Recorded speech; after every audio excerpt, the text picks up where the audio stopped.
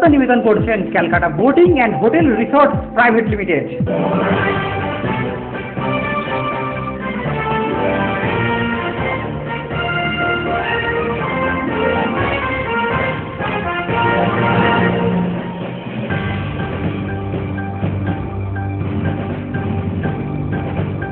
নমস্কার, আপনারা দেখছেন খবর কলকাতা। আমি বলার বিস্তারিত খবরে যাব, কিন্তু তার আগে দেখে নেব এই মুহূর্তের হেডলাইন। পঞ্চায়েতে মহিলাদের সংরক্ষণ নিয়ে কেন্দ্রের দাবিকে নস্যাৎ করলেন তৃণমূল নেতা মুকুল রায়। পঞ্চায়েত ভোটের মুখে নারী সংরক্ষণ নিয়ে দুই দলের লড়াই চরমে। আবারও নির্বাচন কমিশনের ক্ষমতা নিয়ে প্রশ্ন তুললেন তৃণমূল নেতা মুকুল রায়।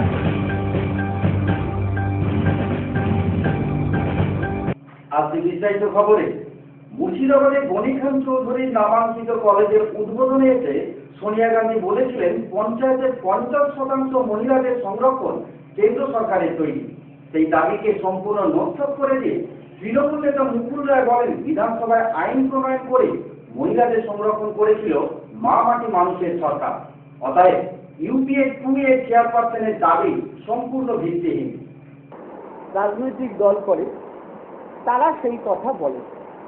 দেখুন, আমাদের রাজ্যের বিধানসভায় আইন প্রণয়ন করে 50% মহিলাদের আসন সংরক্ষণ করেছে। তাই স্বাভাবিকভাবেই এই কৃতিত্ব পশ্চিমবঙ্গ সরকারের, এবং বর্তমানে পশ্চিমবঙ্গ সরকার চালাচ্ছেন, পরিচালিত হচ্ছে তৃণমূল কংগ্রেস দ্বারা। তাই স্বাভাবিকভাবেই এটা তৃণমূল কংগ্রেসের কৃতিত্ব, এবং এটা পশ্চিমবঙ্গ সরকারের কৃতিত্ব, এটা মমতা বন্দ্যোপাধ্যায়ের কৃতিত্ব। আমি কোনো রাজনৈতিক দল তার কি বলেছেন তাকে আমি সে সম্বন্ধে কোনো মন্তব্য করব না। শুধু আমি আমার দলের মন্তব্য করব, আমার সরকারের মন্তব্য করব। এটা আইনটা প্রণয়ন করেছেন পশ্চিমবঙ্গ সরকার, তৃণমূল কংগ্রেস এবং মমতা বন্দ্যোপাধ্যায় প্রথম ব্যক্তি যিনি এই আইনটা প্রণয়ন করতে সক্ষম হয়েছেন। রবিবার সাংবাদিক সম্মেলনে মুকুল রায় দাবি করেন, পঞ্চায়েতে 50% মহিলা সংরক্ষণ রাজ্য সরকারের প্রকল্প। সেই দাবিকে উড়িয়ে দিয়ে প্রদেশ সভাপতি প্রদীপ ভট্টাচার্য বলেন, মুকুল রায় মিথ্যা কথা বলছে, এই পরিকল্পনা কেন্দ্র সরকারের। পঞ্চায়েত ভোটের মুখে নারী সংরক্ষণ নিয়ে যুযুধান দুই দলের সংঘাত তুঙ্গে। সরকারের কৃতিত্ব, এটা সম্পূর্ণ মিথ্যা কথা। আপনি একদম স্ট্রেট আমার নামে বলুন, এই দাবিটা সম্পূর্ণ মিথ্যা কথা বলছেন। এইটা ভারত সরকার তৈরি করেছে, এটা সোনিয়া গান্ধী এবং মনমোহন সিংয়ের বক্তব্য, ওনারা এটা করেছেন। এটা রাজ্য সরকারের, কোন রাজ্য সরকারের মুখ্যমন্ত্রী এটা করেননি, এবং বর্তমান রাজ্যের মুখ্যমন্ত্রী তো এটা করার কোনো অধিকারই ছিল না। তিনি এটা বললেন কি করে, এটাই আমার কাছে আশ্চর্য না। দেখুন, এইসব শব্দ আমাকে দিয়ে বলাতে পারবেন না, কিন্তু আমি আপনাদের কাছে এইটা পরিষ্কারভাবে বলে দিচ্ছি, এটা সম্পূর্ণ মিথ্যা। এটা কেন্দ্রীয় সরকারের যে সিদ্ধান্ত, সেটা রাজ্য সরকার সেগুলোকে বাস্তবে রূপান্তর করছে। আবারও একবার রাজ্য নির্বাচন কমিশনের এখতিয়ার নিয়ে প্রশ্ন তুললেন তৃণমূল নেতা মুকুল রায়। তিনি বলেন, সবাইকেই তাই এখতিয়ারের মধ্যে থাকা উচিত। আমাদের কাছে কেন্দ্রীয় বাহিনী চাই, পুলিশও তাই। বামফ্রন্টের সঙ্গে লড়াই করে দল যে জায়গায় পৌঁছেছে, সেখানে পঞ্চায়েতে দলের জয় অবধারিত। আবার বলি, এবং আগের দিনও যা বলেছি আজকেও তাই আবার রিপিট করে বলি, যে গণতান্ত্রিক ব্যবস্থায় একটা গতিবিধি ঠিক করে দেওয়া আছে, যে এই জায়গাটায় রাজনৈতিক দলের এই হচ্ছে গতিবিধি, এই জায়গাটা হচ্ছে নির্বাচন কমিশনের এক গতিবিধি, এইটা রাজ্য নির্বাচন কমিশনের এক গতিবিধি, এইটা হচ্ছে ভারতবর্ষের নির্বাচন কমিশনের গতিবিধি। আমি মনে করি যে গণতান্ত্রিক পরম্পরায় এই যে নির্দিষ্ট গণ্ডি ঠিক করে দেওয়া আছে, তাতে সবাই যদি সেই গণ্ডির মধ্যে থাকেন, তাহলেই ভারতবর্ষের যে গণতন্ত্র, যেটা largest democracy of the one of the largest democracy of the world, সেটা শান্তিতে থাকবে এবং সেইটা এক জায়গায় পৌঁছবে। আমি আশা করব যে সবাই আমরা আমাদের নিজস্ব গণ্ডির মধ্যেই আমরা থাকবো। বিজেপিতে কেন্দ্রীয় বাহিনী মোতায়েনের যে দাবি তুলছেন মীরা পান্ডে, সেটা কি? দেখুন, আমাদের কাছে কেন্দ্রীয় বাহিনী, পুলিশ, মিলিটারি কিছু আমাদের কাছে এটা ইমেটেরিয়াল। তার কারণ হচ্ছে যে আমরা মনে করি যে আমরা সিপিএম, শাসক বামফ্রন্ট সবার বিরুদ্ধে লড়াই করতে করতে যে জায়গায় এসেছি, তাতে পঞ্চায়েত নির্বাচনে জয়টা খালি সময়ের অপেক্ষা। তাই স্বাভাবিকভাবে সেটা পুলিশ দিয়া করুক, মিলিটারি দিয়ে করুক, it is immaterial for political party আমাদের কাছে।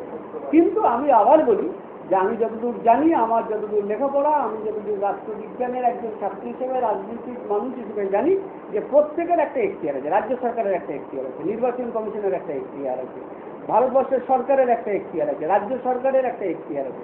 সেই এখতিয়ারের মধ্যে থেকেই প্রত্যেকের কথা বলা উচিত, এখতিয়ারের বাইরে কারোর কথা বলা উচিত। নিয়ে নেব ছোট্ট একটি বিরতি, সঙ্গে থাকুন।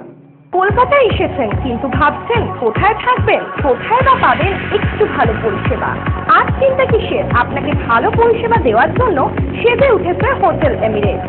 মনের মতো পরিষেবা, ঝা চকচকে সুসজ্জিত এসি ঘরে পাবেন 24 ঘন্টা রুম সার্ভিস। নিশ্চিত নিরাপত্তা ও সাধ্যের মধ্যে থাকতে হলে আজই যোগাযোগ করে চলে আসুন হোটেল এমিরেটসে। ঠিকানা 11/1 doctor Mohammad Ishaq road, near 5th street, Sony building এর বিপরীতে। ফোন 033-7217-8487, 9831621481 অথবা 9831439585। আপনারা আমাদের সাথে ফ্যাক্স এবং ইমেল আইডিতেও যোগাযোগ করতে পারেন। Fax 913322405623, email hotelemirates@gmail.com। আপনার বাড়ি বা ফ্ল্যাটের খোঁজ দেব আমরা, তাই দেরি না করে আজই আসুন এমবি রিয়েলটরসে। যোগাযোগ করুন 033655000958 এই নাম্বারে। কলকাতায় এসেছেন কিন্তু ভাবছেন কোথায় থাকবেন, কোথায় বা পাবেন একটু ভালো পরিষেবা। আর চিন্তা কিসের, আপনাকে ভালো পরিষেবা দেওয়ার জন্য সেজে উঠেছে হোটেল এমিরেটস। মনের মতো পরিষেবা, ঝা চকচকে সুসজ্জিত এসি ঘরে পাবেন 24 ঘন্টা রুম সার্ভিস। নিশ্চিত নিরাপত্তা ও সাধ্যের মধ্যে থাকতে হলে আজই যোগাযোগ করে চলে আসুন হোটেল এমিরেটসে। ঠিকানা 11/1 doctor Mohammad Ishaq road, near 5th street, Sony building এর বিপরীতে। ফোন 033-7217-8487, 9831621481 অথবা 9831439585। আপনারা আমাদের সাথে ফ্যাক্স এবং ইমেল আইডিতেও যোগাযোগ করতে পারেন।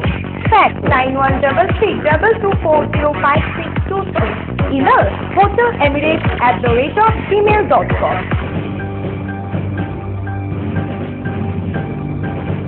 ফিরে এলাম বিরতির পর। রাজ্যে দিনের পর দিন বেড়ে চলেছে সন্ত্রাস। আসন্ন পঞ্চায়েত নির্বাচন সুষ্ঠু ও অবাধে হওয়ার জন্য নির্বাচন কমিশনের কাছে আবারও দ্বারস্থ হচ্ছে প্রদেশ কংগ্রেস। রবিবার সাংবাদিক সম্মেলনে প্রদীপ ভট্টাচার্য অভিযোগ করেন, সিপিআইএম এর দুষ্কৃতীদের বিরাট অংশ এখন তৃণমূলে, তাই পঞ্চায়েত নির্বাচনে সন্ত্রাস এড়াতে কেন্দ্রীয় বাহিনী দাবি করেন তিনি। আলোচনা করছি পঞ্চায়েতের নির্বাচনে আমরা কিরকম করতে পারি।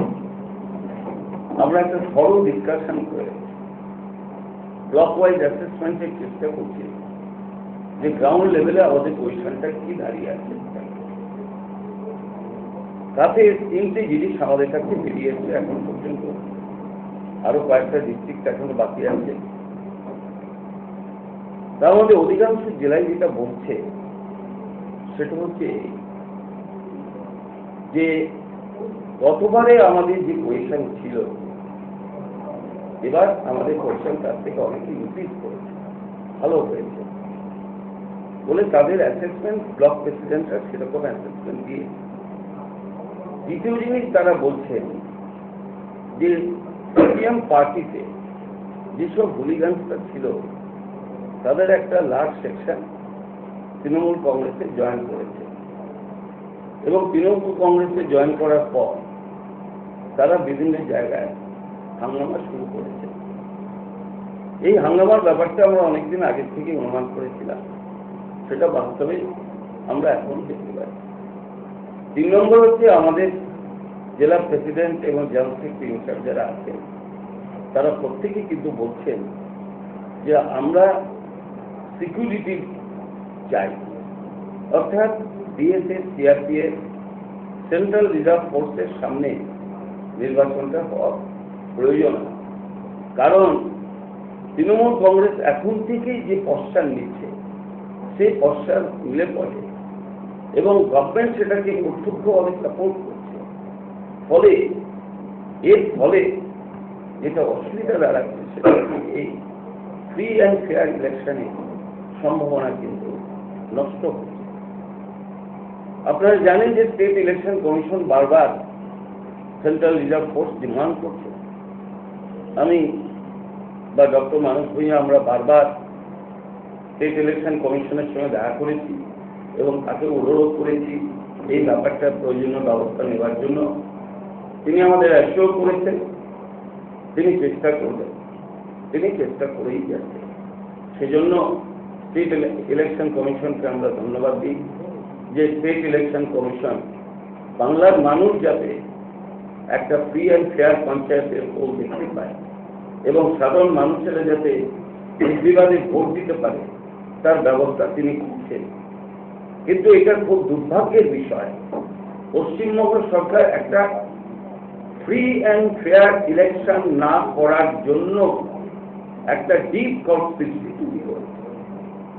একটা গভর্নমেন্ট, একটা ইলেক্টেড গভর্নমেন্ট যে এইরকম অটোক্রেটিক স্টেটসের কথা নিতে পারে এটা আমরা ভাবতে পারি, কিন্তু এইটাই ঘটনা ঘটছে। স্টেট গভর্নমেন্ট চায় না ফ্রি অ্যান্ড ফেয়ার ইলেকশন। আমি এটা কিন্তু স্টেট গভর্নমেন্টকে সতর্ক করে দিয়ে বলতে চাই, যদি ফ্রি অ্যান্ড ফেয়ার ইলেকশন করার বন্দোবস্ত তারা প্রতি মুহূর্তে এইভাবে বাধা দেয় তাহলে কিন্তু বাংলার মানুষ এটা সহ্য করবে না। এবং আমরা অপেক্ষা করে দেখছি ব্যাপারটা কি গড়ায়, তারপর আমাদেরও প্রয়োজন মতো রাজনৈতিক সিদ্ধান্ত নিতে হবে। কি সিদ্ধান্ত নেব এখনই বলতে পারছি না, কিন্তু প্রয়োজনীয় সিদ্ধান্ত আমাদের নিতে হতে পারে। আজকে এই বিষয়গুলোই এআইসিসির ইনচার্জ শাকিল আহমেদ সাহেবের সঙ্গে এবং আর্থিক কুলকিয়ার সঙ্গে আমাদের জেলা প্রেসিডেন্টরা সকাল থেকে আলোচনা করছে। আজকে এখানে আপনাদের সামনে আমাদের দক্ষিণ 24 পরগনা জেলার লোকসভার প্রায় 70-75 জন কংগ্রেস কর্মী এসেছেন। এরা প্রত্যেকেই তৃণমূল কংগ্রেসের নেতৃত্ব দিয়েছেন। এরা তৃণমূল কংগ্রেস ছেড়ে দিয়ে আজকে কংগ্রেসের সঙ্গে যুক্ত হলেন। আমি মানব মিত্র, আমাদের জেলা প্রেসিডেন্ট এবং ডক্টর মায়া ঘোষ, তারা এদের সঙ্গে কথা বলেছেন এবং এরা এই সিদ্ধান্ত নিয়ে আমাদের অফিসে এসেছে। আমি প্রদেশ কংগ্রেসের সভাপতি হিসাবে এদের প্রত্যেককে স্বাগত জানাই। যদি রাজ্যে কংগ্রেসের কোনো প্রাসঙ্গিকতা নেই, অতএব যতই কংগ্রেসের প্রথম সারির নেতারা পশ্চিমবঙ্গে এসে কংগ্রেসের সংগঠনকে মজবুত করার চেষ্টা করুক না কেন, রাজ্যে তেরঙ্গা পতাকা ধরার একমাত্র অধিকার তৃণমূল কংগ্রেসের। রবিবার এক সাংবাদিক সম্মেলনে কংগ্রেসকে এমনই তীব্র ভাষায় আক্রমণ করলেন তৃণমূল সাংসদ মুকুল রায়। আমি আপনাকে বলি, জানেন, ভারতবর্ষে 1998 সালে তৃণমূল কংগ্রেস তৈরি হওয়ার পর বারংবার বাংলার মানুষ রায় দিয়ে বলেছে যে বাংলার ওই তেরঙ্গা পতাকাটা বহন করার একমাত্র উত্তরাধিকারী তৃণমূল কংগ্রেস। সেটা 98-এর লোকসভা নির্বাচনে বলেছে, 98-এর পঞ্চায়েত নির্বাচনে বলেছে, 99-এর লোকসভা নির্বাচনে বলেছে, 2000-এর পৌরসভা নির্বাচনে বলেছে, 2001-এর বিধানসভা নির্বাচনে বলেছে, 2003-এর পঞ্চায়েত নির্বাচনে বলেছে, 2004-এর লোকসভা নির্বাচনে বলেছে, 2005-এ পৌরসভা নির্বাচনে বলেছে, 2006-এর বিধানসভায় বলেছে এবং 2008, 9, 10 যত নির্বাচন হয়েছে সব নির্বাচনেই বাংলার মানুষ বলেছে যে তেরঙ্গা পতাকাটা বহন করার একমাত্র উত্তরাধিকারী তৃণমূল কংগ্রেস। সুতরাং বাংলার মাটিতে কংগ্রেসের কোনো প্রাসঙ্গিকতা নেই, এটা ইতিমধ্যেই আমরা বাংলার মানুষ রায় দিয়ে বলেছি। সুতরাং এটা নতুন করে নয়, এখনো যেটুকুনি মানুষ যারা সিপিএম বিরোধী মানুষ কংগ্রেসের ছিলেন তারাও আজকে ধীরে ধীরে সবাই তৃণমূল কংগ্রেসে যোগ দিচ্ছে। মুকুল রায় দাবি করেছিলেন বাংলায় কংগ্রেসের প্রাসঙ্গিকতা নেই, সেই দাবিকে উড়িয়ে দিলেন প্রদেশ সভাপতি প্রদীপ ভট্টাচার্য। তিনি বলেন মুকুল রায়ের কোনো প্রাসঙ্গিকতা নেই। তিনি কি করে জাতীয় দলের সম্পর্কে এরকম মন্তব্য করতে পারেন? ওনারই কোনো প্রাসঙ্গিকতা নেই, সুতরাং ওনার প্রশ্নের উত্তর দেওয়ার কোনো প্রয়োজন নিয়ে নেব আরো একটা বিরতি, সঙ্গে থাকুন। কলকাতায় এসেছেন কিন্তু ভাবছেন কোথায় থাকবেন, কোথায় বা পাবেন একটু ভালো পরিষেবা। আর চিন্তা কিসের, আপনাকে ভালো পরিষেবা দেওয়ার জন্য সেজে উঠেছে হোটেল এমিরেটস। মনের মতো পরিষেবা, ঝা চকচকে সুসজ্জিত এসি ঘরে পাবেন 24 ঘন্টা রুম সার্ভিস। নিশ্চিত নিরাপত্তা ও সাধ্যের মধ্যে থাকতে হলে আজই যোগাযোগ করে চলে আসুন হোটেল এমিরেটসে। ঠিকানা 11/1 doctor Mohammad Ishaq road, near Kyd street, Sony building এর বিপরীতে। ফোন 033178487, 9831621481 অথবা 9831439585। আপনারা আমাদের সাথে ফ্যাক্স এবং ইমেল আইডিতেও যোগাযোগ করতে পারেন। Fax 913322405623, email hotelemirates@gmail.com। আপনার বাড়ি বা ফ্ল্যাটের খোঁজ দেব আমরা, তাই দেরি না করে আজই আসুন এমবি রিয়েলটরসে। যোগাযোগ করুন 033655000958 এই নাম্বারে। কলকাতায় এসেছেন কিন্তু ভাবছেন কোথায় থাকবেন, কোথায় বা পাবেন একটু ভালো পরিষেবা। আর চিন্তা কিসের, আপনাকে ভালো পরিষেবা দেওয়ার জন্য সেজে উঠেছে হোটেল এমিরেটস। মনের মতো পরিষেবা, ঝা চকচকে সুসজ্জিত এসি ঘরে পাবেন 24 ঘন্টা রুম সার্ভিস। নিশ্চিত নিরাপত্তা ও সাধ্যের মধ্যে থাকতে হলে আজই যোগাযোগ করে চলে আসুন হোটেল এমিরেটসে। ঠিকানা 11/1 doctor Mohammad Ishaq road, near Kyd street, Sony building এর বিপরীতে। ফোন 033178487, 9831621481 অথবা 9831439585। আপনারা আমাদের সাথে ফ্যাক্স এবং ইমেল আইডিতেও যোগাযোগ করতে পারেন। Fax 913322405623, email hotelemirates@gmail.com।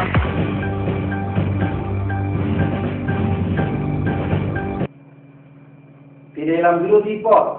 রাজ্যের কর্মসংস্থানকে সুদৃঢ় করার লক্ষ্যে এবং বাণিজ্যিক চিন্তা ভাবনার ধারণাকে বেশি করে জাগ্রত করতে ব্রেকিং বিজনেস নামে একটি ম্যাগাজিন প্রকাশিত হলো। শনিবার প্রেস ক্লাবে এই ম্যাগাজিনটির আনুষ্ঠানিক উদ্বোধনে হাজির ছিলেন ব্যাংক অফ বরোডার general manager Mukul Banerjee, share বিশেষজ্ঞ সিদ্ধার্থ ব্যানার্জি, পত্রিকার সম্পাদক সনদ সেন সহ বিশিষ্টরা।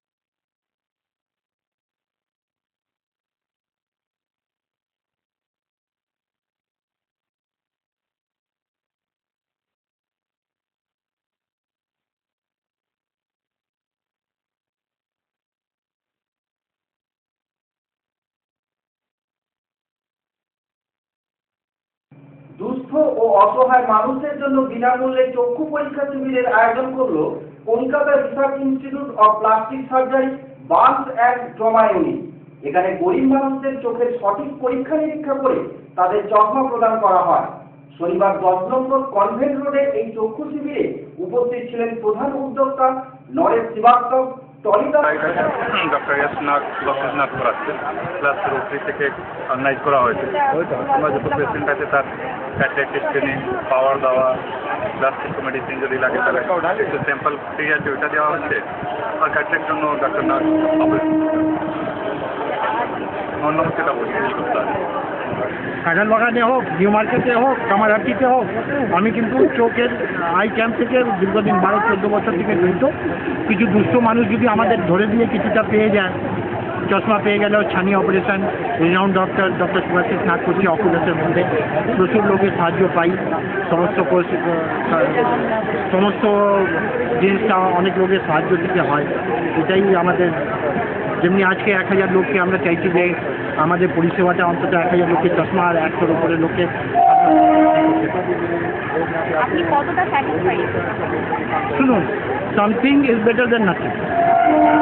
10টা পেশেন্ট করলেও আমি স্যাটিসফাইড হই, কিন্তু অনেক বেশি স্যাটিসফাইড হই যদি 1000 লোক, আমি প্রচুর স্যাটিসফাইড হবো। সেটা টাইম উইল স্পিক। এখন তো এই সবাই স্টার্টটা হয়েছে 1.5-2 ঘন্টা, এখন তো চলতে থাকবে 3-4 অবধি, দেখি কত হয়। যত বেলা বাড়বে লোক বাড়বে। হ্যাঁ, যত বেলা বাড়বে লোক বাড়বে। প্রচুর মানুষের আমরা সহযোগিতাটা পাচ্ছি, প্রচুর ওয়ার্ক অফ দ্য পুলিশ থেকে পাচ্ছি, কর্পোরেশন থেকে পাচ্ছি, লোকাল এমপি থেকে পাচ্ছি, এমএলএ থেকে পাচ্ছি, কাউন্সিলর থেকে পাচ্ছি, এক্স এমএলএ থেকে পাচ্ছি, পাশের কাউন্সিলর থেকে পাচ্ছি, অ্যাক্টর অ্যাক্ট্রেস এরা যেমনি আছে, পুলকিতার মতন প্রচুর আমার বন্ধু বান্ধব যারা আছেন, বন্ধু বান্ধবী তাদের থেকে পাই আর। এটা তো ডেফিনেটলি একটা জনকল্যাণমূলক কাজ। এখানে আমি প্রত্যেক বছর, আমি যদি কলকাতায় থাকি তাহলে ডেফিনেটলি আসি প্রত্যেকবার। সেটা নিশ্চয়ই আমারও এইরকম কাজের প্রতি একটা টান আছে, একটা আগ্রহ আছে। একদম নট অনলি আই ক্যাম্প, মুন্নাদা অনেক ব্লাড ডোনেশন ক্যাম্প, অনেক রকম মানে গরিব সাধারণ মানুষের জন্য অনেক কিছু করেন। প্রত্যেকটা অনুষ্ঠানে আমি প্রেজেন্ট থাকার চেষ্টা করি। খবর কলকাতা এখনকার মতো এই পর্যন্ত। দেখা হবে পরবর্তী বুলেটিনে। নমস্কার।